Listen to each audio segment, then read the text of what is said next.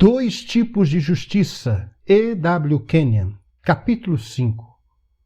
Como Deus nos fez justos. Nossa posição com Deus está no motivo da fé em Jesus Cristo. Em outras palavras, Deus pôs sobre Jesus nossas iniquidades. 2 Coríntios 5:21. Aquele que não conheceu pecado algum, Deus o fez pecado por nosso favor. Jesus foi mais do que uma oferta pelo pecado. Ele foi realmente feito pecado com os nossos pecados. Ele foi feito injustiça com a nossa injustiça. Como nosso substituto pelo pecado, suportando nossos pecados e nos suportando, ele foi ao lugar de sofrimento depois que deixou o seu corpo. Ele permaneceu lá até que cada clamor de justiça contra nós fosse satisfeito. Ele foi nosso substituto, tomando nosso lugar, sendo feito pecado por nosso pecado.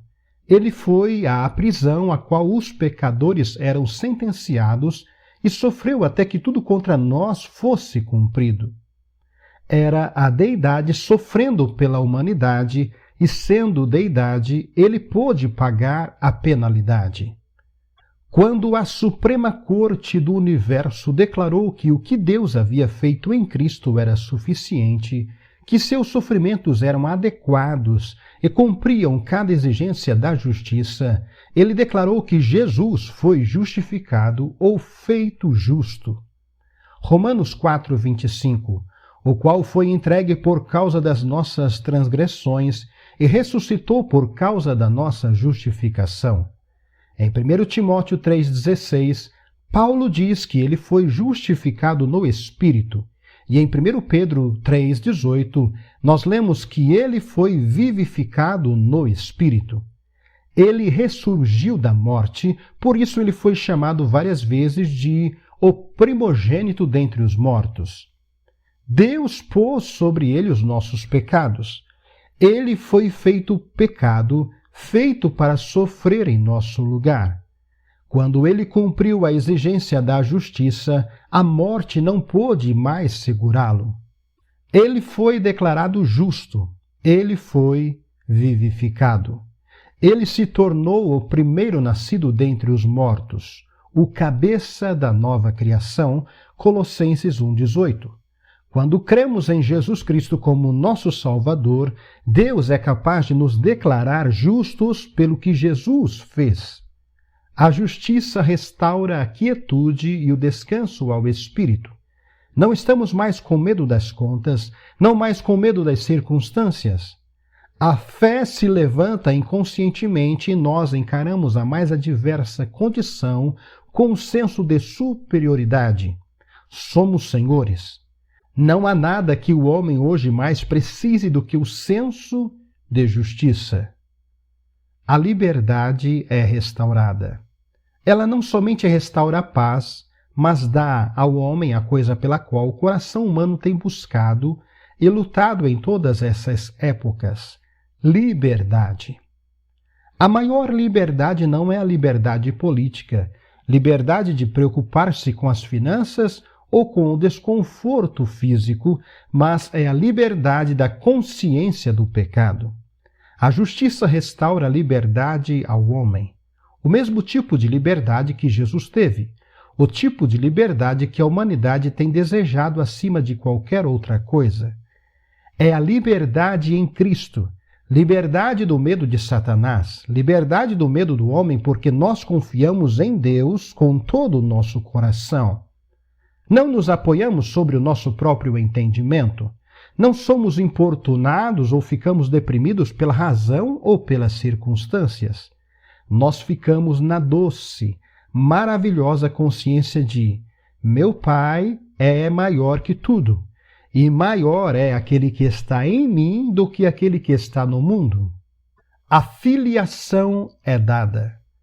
A justiça nos dá a mais doce consciência dos privilégios de filho. Somos filhos. Deus é nosso Pai. Somos os seus filhos. Estamos em sua família. Conhecemos nosso Pai. Ele nos ama e nós o amamos. A justiça nos restaura a alegria, a inexplicável alegria de comunhão com o céu na mesma igualdade.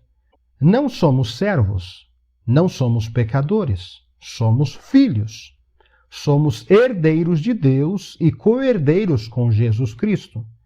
Há duas fases para esta justiça. A primeira, Deus nos declara justos, e a segunda, somos feitos novas criações. Nós nos tornamos participantes da divina natureza, pelo que somos justos por natureza e justos pela fé. Agora podemos entender, segundo Coríntios 5:21, aquele que não conheceu o pecado, Deus o fez pecado a nosso favor. Por quê? Para que nos tornássemos justiça de Deus nele. Tão certo como Deus fez de Jesus pecado, Deus nos fez justos no momento que o aceitamos. Sendo justificados gratuitamente por sua graça, ou sendo feito justo gratuitamente por sua graça, através da redenção que está em Cristo Jesus. Ele fez isso para a exibição, eu digo, de sua justiça por causa da ignorância dos pecados feitos já antes na proibição de Deus. O que ele quer dizer com isso? Do tempo da queda de Adão até a crucificação de Jesus, Deus tratou do pecado com sangue de carneiros e bodes, Levítico 17:11. Porque a vida da carne está no sangue, eu vos tenho dado sobre o altar para fazer expiação pela vossa alma. A palavra expiação significa cobrir. Ela nunca é usada em conexão com o sangue de Cristo, porque o sangue de Cristo não cobre, ele purifica. Não precisamos ser cobertos. Sob a lei, o pecado não era guardado, não era purificado, só era coberto pelo sangue de cabras e bois. Agora, pela fé, podemos ter Jesus Cristo como nosso Salvador e Senhor.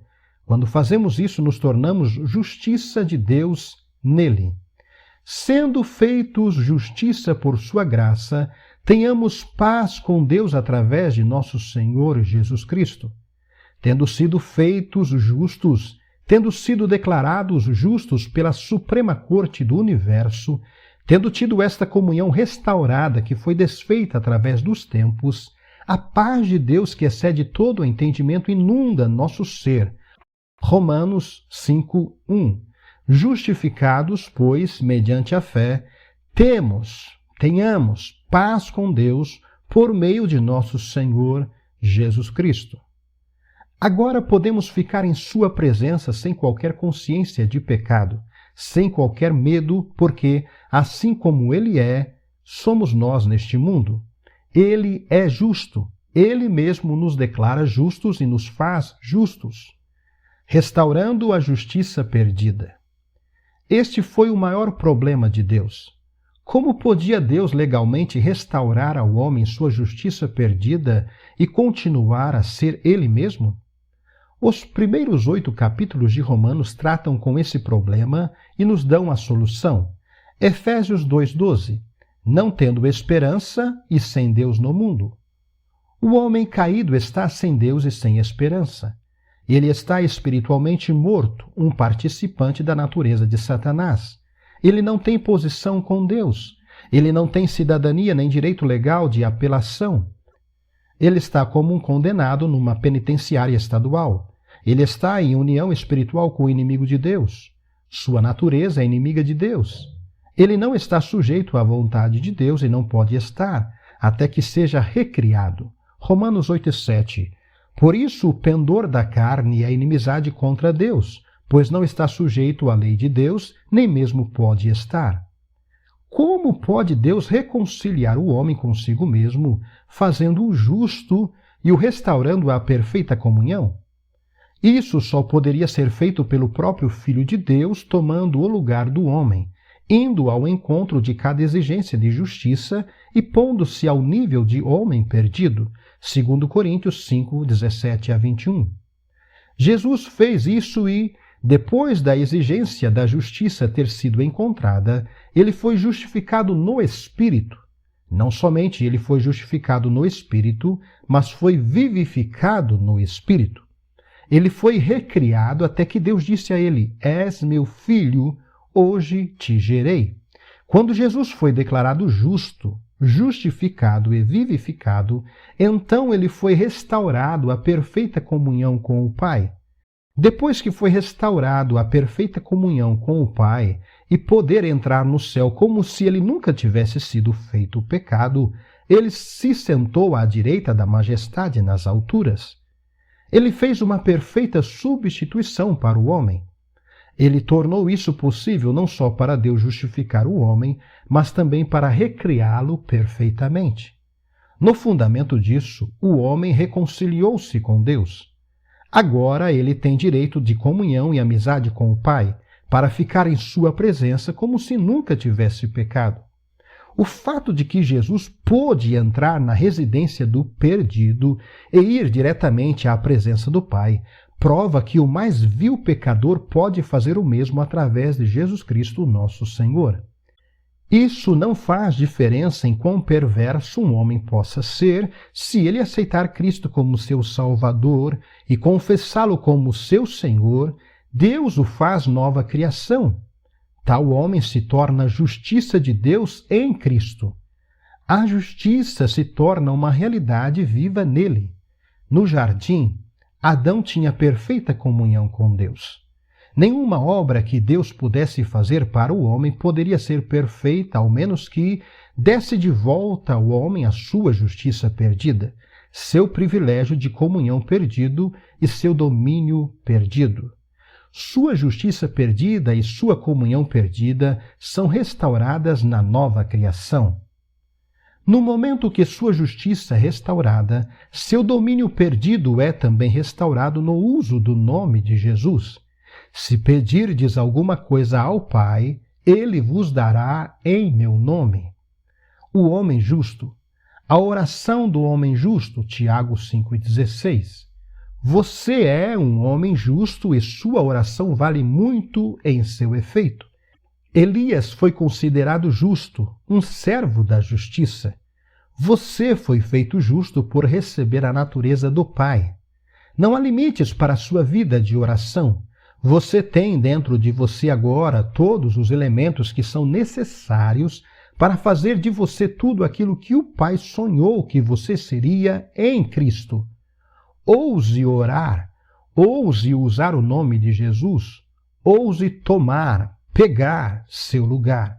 Seja sem medo como o mestre era em seu tratamento com Satanás e com a doença, porque você tem seu nome, você tem sua capacidade. Ele é agora sua sabedoria e a força da sua vida. O segredo da vitória é agir sem medo, confessar confiantemente que Satanás teme você. Você é um homem justo.